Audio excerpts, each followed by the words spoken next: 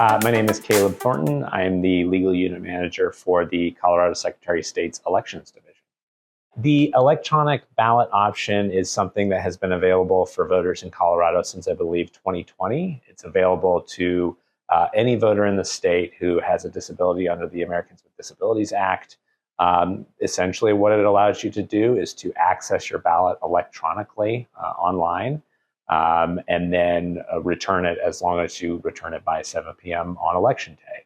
Depending on your particular disability, you may also be eligible to return your ballot electronically. So the accessibility features that basically what this tool offers is the ability for you to access your ballot completely electronically. So you'll be able to use your technology that you would typically use at home to access everything from candidates to election questions at home using your, if you're using a screen reader or something like that, will work with, the ballot that you'll be accessing using this tool. If you're looking for information in other languages other than English, we suggest that you reach out to your county clerk because that's going to differ county by county. You can always find your county clerk's information on our website by visiting govotecolorado.gov and then reaching out directly to your county from there to get information on, what materials you might be able to get in other languages. So the tool will become available on October 11th, so just about 3 weeks before Election Day, and it'll be continuously available all the way through 7 p.m. on Election night, November 5th. I'm Sarah Murr, and I am a project manager here at the Secretary of State's office. And I'm here with Craig. Yeah, I'm Craig Towler. I'm the community organizer with the Center for People with Disabilities. And Sarah and I are going to go through kind of step by step what you would do if you want to fill out your ballot using the electronic ballot feature that's available. So now we're going to go into our screen here and do the tutorial. The first I would have folks start with going to our website of govotecolorado.gov. And once you're on our landing page for Go Vote Colorado, you're going to scroll down to resources and click on accessible voting. When you're on our accessible voting page, you'll be able to find in a few spots the link for the My Ballot. It's myballot.coloradoswest.gov, and you'll be able to select that to take you to your the system for the electronic ballot. The first thing you're going to do, there's a button on the left side of your screen that says Vote. That says Vote My Ballot. You're going to hit the Continue button. And the next page will be the voter lookup, where you'll enter your information.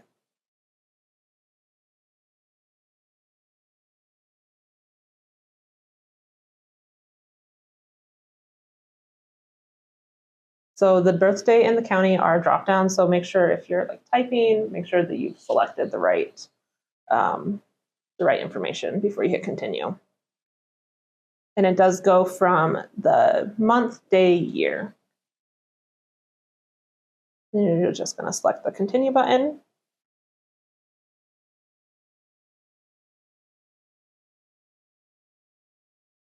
And the next question is going to be your ballot type. So your options are reading in your radio buttons. I'm requesting an emergency ballot. I'm a voter with a disability and I'm requesting an accessible ballot, or these do not apply. So you're going to be selecting the second radio button. I'm a voter with a disability and I'm requesting an accessible ballot, and select the continue button. And then there's just a confirmation that you're eligible to access the system. I affirm I'm a voter with a disability as defined in the Americans with Disabilities Act. And you'll select the checkbox to certify this to the statement and select the continue button. And then this is the next statement is, are you an individual who, regardless of any other disability? So this is where we can go to two different workflows. So you're either going to answer this question yes or no, So if you are blind or have a visual impairment, or otherwise unable to, through physical disability, to hold, mark, or manipulate a ballot, you would answer yes. If you have a disability, another type of disability, you would answer no. This does not disqualify you from using. If you answer no, you are not disqualified from using the system. You'll just have a different workflow. We're just going to select no. You are not an individual who meets who these questions apply to. So we'll select the continue button.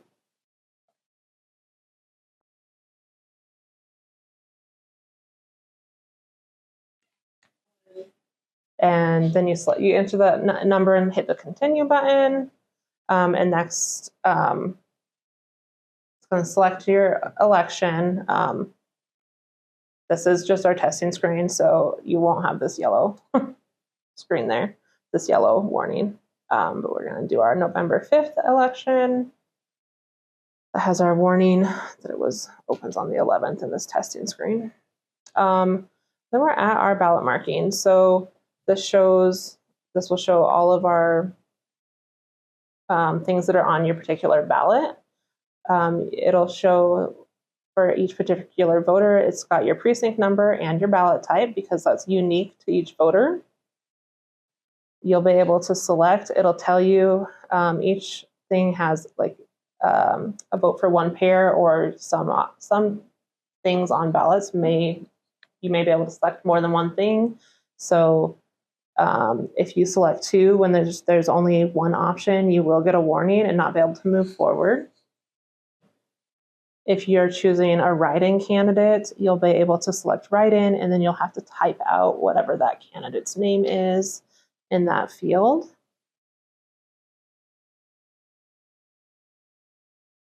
So you can select whichever candidate you want to select all throughout the application, candidate, or issue along the way. And you definitely, just like any time you vote, you can leave as many options blank that you want to. You can definitely do that. You don't have to vote for everything that's on the ballot.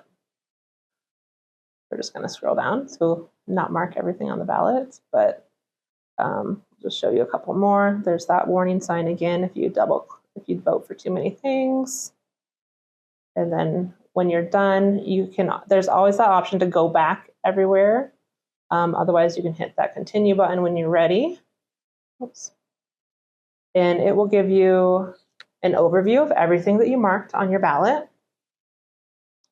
You can see that we chose Bob for our write-in, which is not a candidate. And all of our 0 selections that we made. And you can see you can use the change button to go back and change anything that you want to go make another selection. You can also use the go back button. But if you're happy with what the selections you made, you just hit that continue button.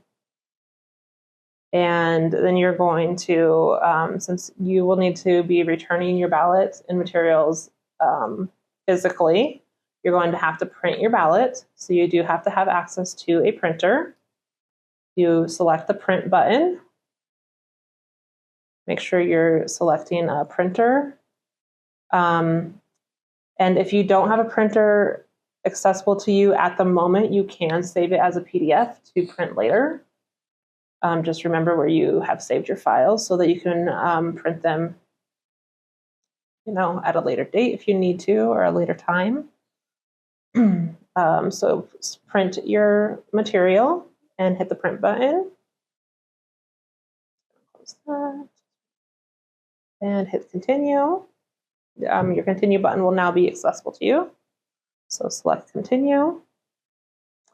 And now you have the option that you can either sign on your device, or if you prefer to sign physically with a pen, you can also do that. But for this reason, we're going to just sign on the device with the trackpad. So we're just going to hit the continue button. And pops up to the signature window, and you do have to click inside of this box that appears to be able to sign, and it's going to pull up a new window. If you're on a device, I would suggest rotating it horizontally so you have a bigger space.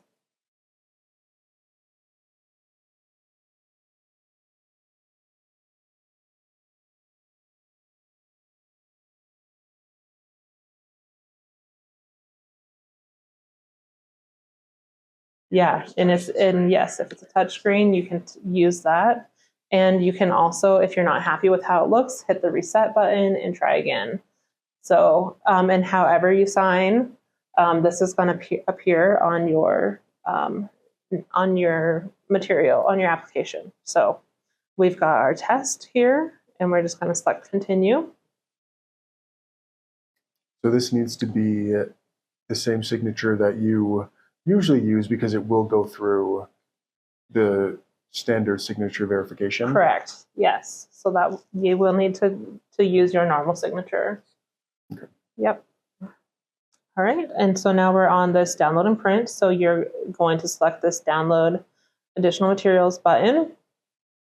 And you're going to need to print this. So to return with your ballot, that did do an automatic download to your default browser folder. And make sure. So now we have two things printed. We have two things. Yep. So you'll have your ballot, and you'll have that file, and it's going to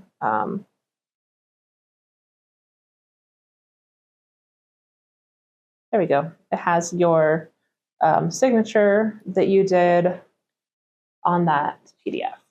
So if you signed in that workflow, you won't have to sign when you. This will be on there when you print. So just make sure you print those both out to return to your county clerk. It will have the information where the address to mail it to if you're mailing, or you can return to a polling location. So we can hit this continue button.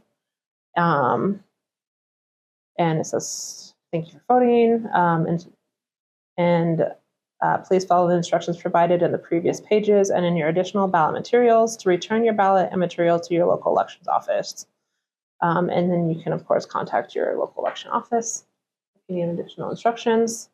But you can definitely mail your ballot and your application to your clerk's office and return it to your polling centers. So at this point, we are now done with the electronic ballot. The only step left is to physically mail or deliver the ballot that was just printed with the application. Right. Yep. Perfect. And as a fail-safe, if you have any questions about whether you qualify for this method of submission or not, we encourage you to reach out to your county clerk or the Secretary of State's office and can help you navigate this to make sure you're choosing the option that is best fit for you.